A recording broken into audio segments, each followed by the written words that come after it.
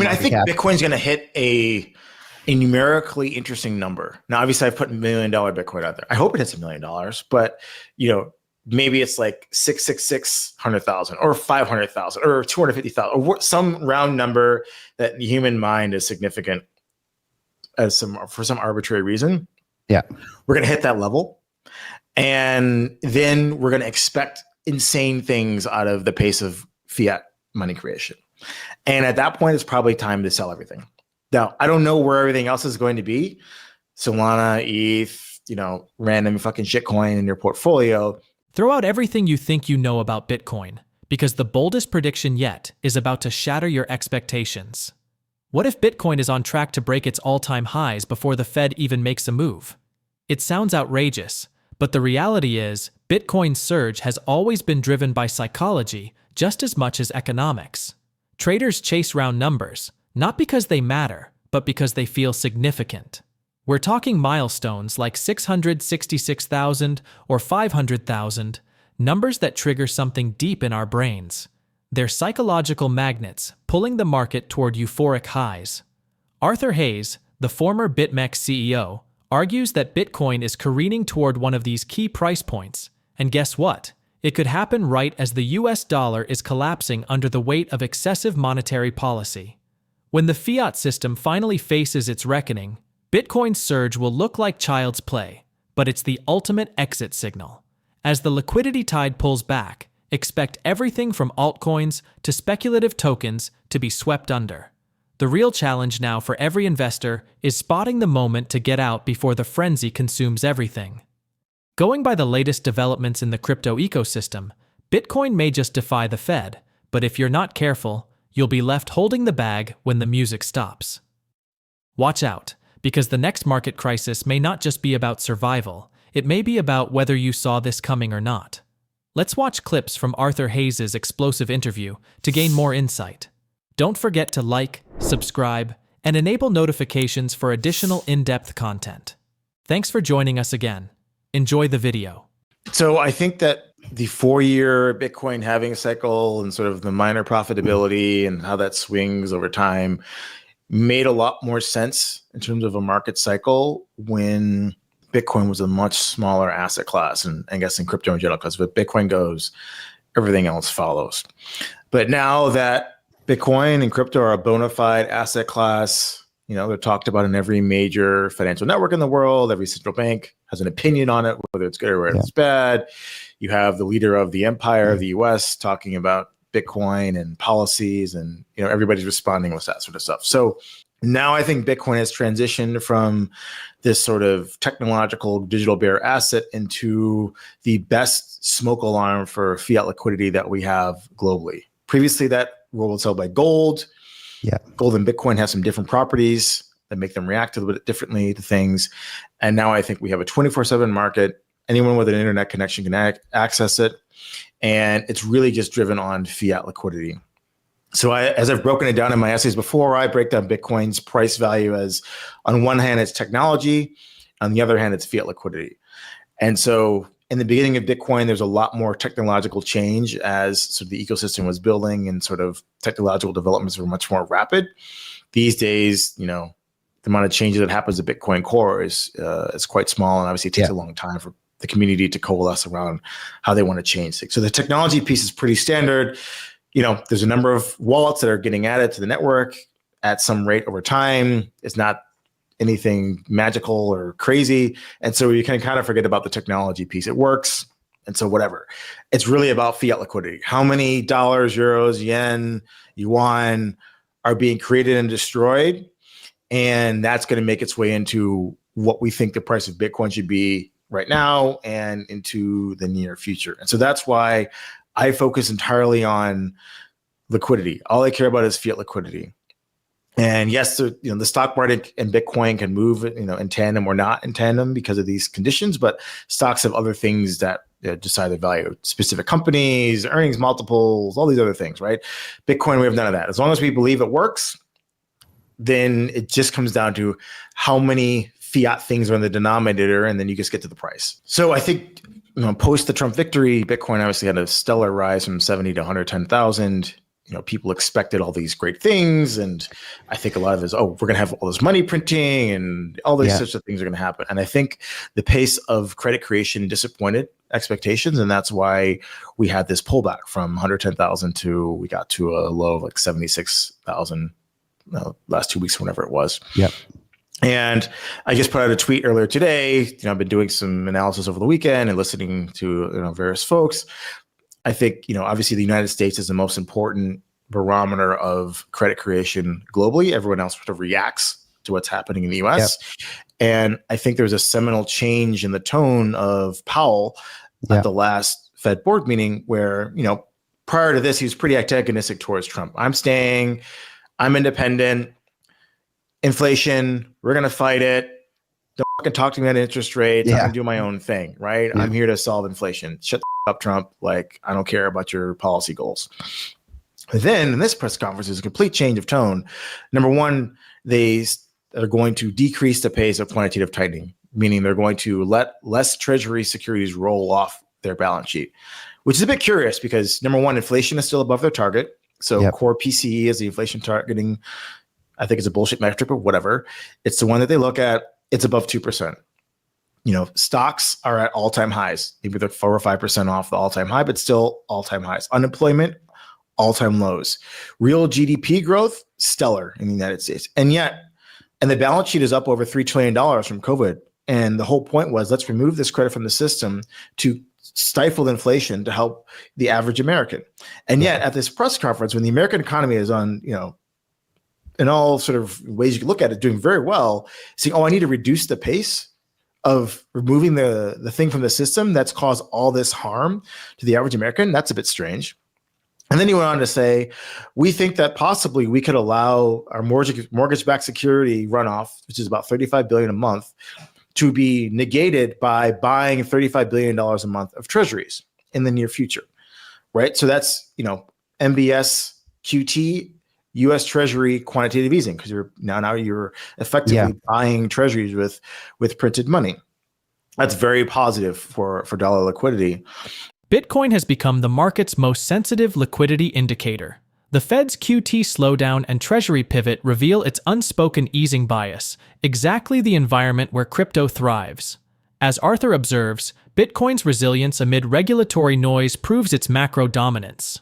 With Powell dismissing tariff inflation and institutional adoption growing, the setup mirrors past liquidity-driven rallies. Now, technicals confirm what macro suggests. Bitcoin's poised to break higher. When the Fed's real policy becomes clear, Bitcoin won't wait for the announcement. It'll already be pricing it in. The Fed's QT taper and MBS Treasury rotation signal sustained liquidity support, creating ideal conditions for Bitcoin's ascent. Market action confirms Bitcoin's transition to a pure liquidity asset, increasingly indifferent to regulation and responsive to macro flows. With the Fed downplaying tariff risks and institutions steadily accumulating, the setup favors continued crypto strength. As Arthur observes, Bitcoin now serves as the most sensitive gauge of real financial conditions, poised to move well before official policy changes. Let's watch more clips from the interview. In the future, we haven't decided when yet. He was teasing this, telling the market what they plan to do, almost like a trial balloon to see what the reaction would be. Hey, guys, we might taper QT to be flat. So the Fed's balance sheet will be stagnant, but we'll, on one hand, we'll be allowing $35 billion of mortgage-backed securities to roll off our balance sheet. But instead of that $35 billion just reducing the size of our balance sheet, we're going to take that money and we're going to go in the treasury market and buy treasuries and keep the yields low to help Trump, which is very stimulative for financial conditions globally. Totally missed that. He did say this is definitely going to happen, but when the Fed teases something, usually it's going to happen in the near future. They teased QT being reduced, I think, in the December meeting. When you looked at the minutes, there was like, hey, there was votes or governors saying, hey, we think that the pace of QT should be tapered sometime in this year. And you had the big banks arguing for it in the latest quarterly refunding announcement saying, we believe that QT should be ended, quantitative easing should begin. And now you have Powell saying, hey, we want to help the treasury market, but we're still not going to be, we still can't call it QE because that's bad publicity. It's still balance sheet constant, but it's kind of QT twist. On one hand, we'll allow MBS to go down, but on the other hand, we'll buy some treasuries. So he said that. And then finally on this tariff piece, because everyone is just freaking out about tariffs. What's Trump going to do on tariffs? Is it going to be reciprocal tariffs or a 20% tariff on everyone? He said, we believe that the inflationary aspects of tariffs are transitory, which basically means, let's say that Trump goes full retard, 50% tariffs or some ridiculous number, and that causes domestic inflation in the US as prices rise.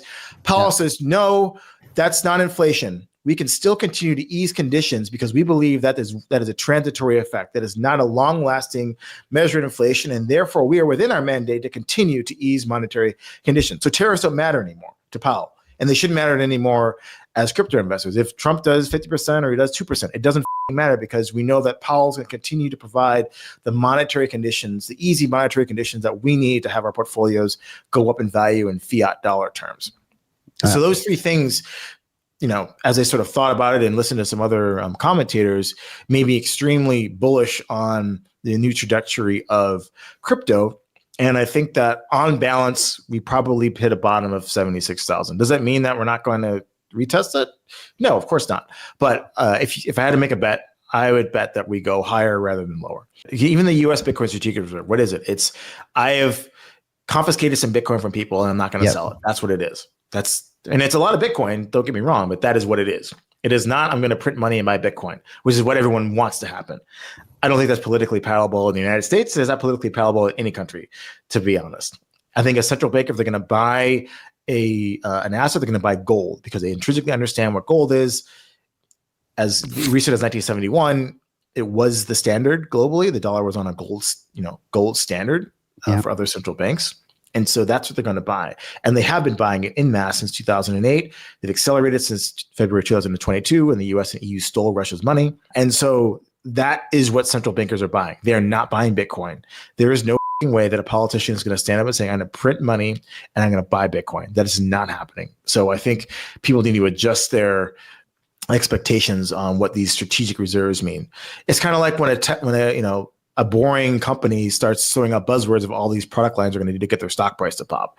Companies want to be seen to be technologically forward, to be innovating, and so they're going to say these nice things. Oh, we're going to put a Bitcoin strategic, or we're evaluating, or we're this, or we're that. But are they going to go to their people and say, I'm going to print money, I'm going to increase the fiat supply so we can buy some Bitcoin, so the Bitcoin bro can go to Space Club in Miami and buy tables? Like, it's just not happening.